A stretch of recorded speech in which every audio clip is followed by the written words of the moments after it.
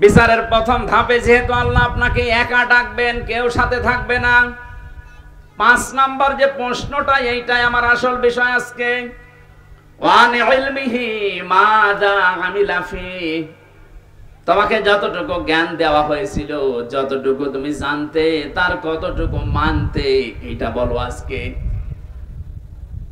হযরতে তালহা রাদিয়াল্লাহু তাআলা আনহু এবং আবু দারদা রাদিয়াল্লাহু তাআলা আনহু, এই দুইজন মাঝে মাঝেই বলতেন, নবীর সাহাবীরা, নবীর মুখে যত কথা শুনেছি, যত হাদিস শুনেছি, সবচেয়ে বেশি ভয় হয় হাদিসের এই অংশটার দ্বারা। যতটুকু জানতে, তার কতটুকু মেনেছো, ওইটা বলো। আমার মনে হয় এ প্রশ্নে আমরা অধিকাংশ মানুষই ধরা খাবো। কথা বলে না কেন? যা জানতে, তার কতটুকু মানতে, এটা বলো, তারপরে সামনে যাও। এখানে জ্ঞান অনুযায়ী যারা আমল করে, এরা আল্লাহর ভাষায় আলেম। জ্ঞান অনুযায়ী যার আমল নেই, আল্লাহর ভাষায় জালেম। তাহলে বড় কারা? আমি বোঝাতে চেয়েছিলাম, আল্লাহর ভয় যাদের ভেতরে আছে, এরা আল্লাহর কাছে বড়। আল্লাহকে বেশি ভয় করে আলেমরা। আলেম ওই লোকটা যে তার জ্ঞান অনুযায়ী কাজ করে। পৃথিবীতে জ্ঞান অনুযায়ী কাজ করেছে সবচাইতে বেশি নবীরা। কথা বলেছেন এখন? নবীদের উপরে, জ্ঞানের উপরে কাজ করা মানুষ দুনিয়ায় আছে। আপনি তাকান তো তাদের দিকে। কোরআনে কারীম জানিয়েছে, ইয়া হাসরাতান আলাল ইবাদ মা ইয়াতিহিম মির রাসূলিন ইল্লা কানু বিহি ইস্তাহজিউন। সূরা ইয়াসিনের 30 নম্বর আয়াতে আছে, আল্লাহ পাক বলেন, আমার বান্দা বান্দীদের জন্য আমার আফসোস, আক্ষেপ, যে এমন কোন নবী রাসূল পাঠালাম না যার সাথে সমসাময়িক মানুষেরা ঠাট্টা করে নাই, বিদ্রূপ করে নাই, মারধর করে নাই। নবীদের চরিত্র খারাপ ছিল, এই জন্য মারতো, দেশ থেকে তাড়িয়ে দিত। বলেন, যত নবী আমি পড়েছি জীবনী, প্রতিটি নবীর তাকান তাদের দিকে, অধিকাংশ নবীর নাম পর্যন্ত উম্মতরা পাল্টিয়ে দিয়েছে। হযরতে ইব্রাহিম নবীর নাম ওই জামানায় তার উম্মতেরা পাল্টিয়ে আব্রাহাম লাগিয়ে দিয়েছে। হযরতে মুসা আলাইহিস সালামের নাম খ্রিস্টানরা ইহুদিরা পাল্টিয়ে দিয়েছে জোসেফ। আমি যতগুলো ইহুদি রাষ্ট্রে গেছি, ইহুদিদের সাথে আমি যতটুকু মিশেছি, ওরা মুসা নবীকে বলতে জোসেফ, এইটা বোঝে। খ্রিস্টানদের সাথে যত মিশেছি, ওরা হযরত ঈসা আলাইহিস সালামের নাম পাল্টিয়ে দিয়েছে যিশু। মুসলিম বিজ্ঞানী ছিল আল-কামি, তার নাম পরিবর্তন হয়ে গেছে আল-কেমিস্ট্রি। বিখ্যাত সাহাবী ছিল বিশ্বনবীর হযরতে জাবের, তার নামও পাল্টিয়ে দিয়েছে আল-জেবরা। আজ বিশ্বের দিকে তাকান, এই দেশে যারা আলেমদের নাম পরিবর্তন করার হিড়িক তৈরি করেছিল, এই মেনন, ইনো, আল্লামা আহমেদ শফি, এত বড় আলেমের নামও পাল্টিয়ে দিয়েছে তেতুল হুজুর। বিশ্বনন্দিত মুফাসসিরের নাম পাল্টিয়ে দিয়েছে দেল্লু শিকদার। এখনো পর্যন্ত তার ইতিহাস আছে, আপনি তাকান, তার সার্টিফিকেটে লেখা দেলাওয়ার হোসাইন সাইদি। দেল্লু শিকদার আর দেলাওয়ার হোসাইন জীবনও এক না। আব্দুল কাদের মোল্লার নাম দিয়েছে কসাই কাদের। আমি কয়েকদিন আগে গিয়েছিলাম ফরিদপুরের সদরপুরে।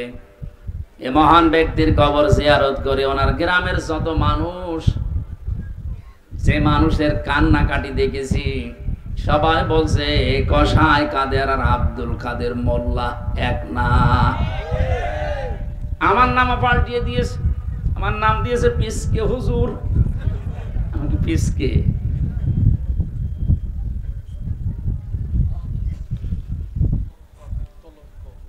এই যে নাম যারা পাল্টিয়ে দেয়, পরিবর্তন করে দেয়, এ মানুষগুলো আল্লাহর নিজের কাছে তারা জালেম। সূরা হুজুরাতের ভেতরে আছে, যারা মানুষের নাম পরিবর্তন করে দেয়, এই মানুষগুলো যদি তওবা না করে, আমাল্লাম ইয়াতুব ফাউলাইকা হুমুজ যালিমুন। যে মানুষগুলো নাম পরিবর্তন করে মানুষকে ডাকো, যদি তওবা না করো তোমরা জালিম হয়ে মারা যাবা। বিশ্বে এখন তাই দেখতে পাচ্ছি। যারা এই কাজ করেছিলেন তওবা করেন। আলেমদের নাম যারা পরিবর্তন করে তালিকা করছিল, এক একজনের নাম এক এক রকম দিয়ে তালিকা করেছিল 116 জনের। আল্লাহ এত বেশি অপমান করেছে তারে, এই যে মুন্সিগঞ্জে বাড়ি কালামানিক, ওর বিসি পর্যন্ত উড়ে গেছে। সুপ্রিম কোর্টের একজন বিচারপতি এত নিচে আল্লাহ নামাবে আমি কোনোদিন কল্পনা করি নাই। কলা পাতায় শুয়ে আছে। আমার মনে হয় এই পৃথিবীতে আল্লাহ যদি আমাকে আর কিচ্ছু না দেখায় আমার কোনো আফসোস নেই। কালা মানিককে আমি যা দেখেছি আলহামদুলিল্লাহ।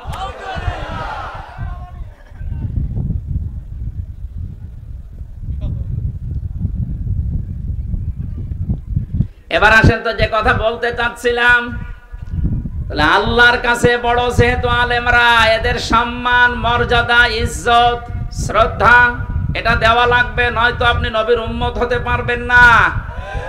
15.5 বছর আমরা এটা দেখেছি।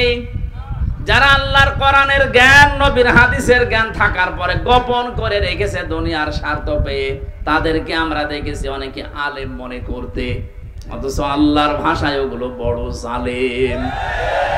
আর যারা জ্ঞান অনুযায়ী আমল করতে গেছে তাদের তো শ্রদ্ধা সম্মান দূরের কথা, এত নিচে নামিয়েছে অত্যাচারে। আমি নিজে সাক্ষী, 3টা বছর আমার সাথে যা করেছে সাধারণ মানুষের সাথে এরকম করে না।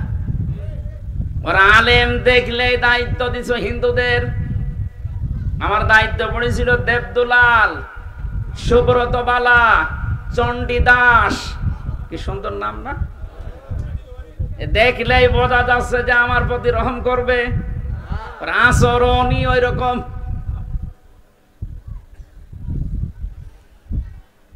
কেন একজন মুসলমান যদি দিত অন্তত কিছু না কিছু হলেও তার ভেতরে যেহেতু আল্লাহ একজন আছে বিশ্বাস ছিল, সে আলেম দেখলে মনে করতো না আর যাই করি অন্তত এর সাথে খারাপ কিছু করলে আল্লাহ আমারে ছাড়বে না। এমন মানুষকে দিয়েছে তো আল্লাহ পরকাল জানে না, আলেমোসা জালেমতা। মাটির নিচে নিয়ে আমার 11 ঘন্টা টাঙিয়ে রেখেছিল। তা ভালোভাবে যদি টাঙাইতো, চোখ কালো কাপড় দিয়ে বেঁধে নিয়েছে, পায়ে ডান্ডা বেড়ি লাগিয়েছে, হাত পেছনে বেঁধে দিয়েছে, মাথায় দড়ি দিয়ে। নামাজ কিসের, কখন আজান হয় কখন কি হয় কিচ্ছু জানি না। 4 ওয়াক্ত নামাজ আমি আন্দাজেই পড়েছি ইশারায়। আলেমদের সম্মান করা শ্রদ্ধা করার দরকার ছিল আপনার। আর আপনি দাবি করেন আমি নবীর উম্মত, বেহেশতে আমার অধিকার আছে। অধিকার আপনার আছে, জাহান্নামে আছে। কারণ আপনি নবীর উম্মতই হতে পারেননি এখন। এই নবীর উম্মত হওয়ার জন্য যে 2টা গুণ বললাম, এই 2টা গুণ মানুষের আছে, অধিকাংশ মানুষের নেই। আল্লাহ তুমি আমাদেরকে এই 2টি গুণ অর্জন করার তৌফিক দাও, বলেন আমিন। আমি আর নিচে নামলাম না, কথার অর্থ বুঝতেছেন?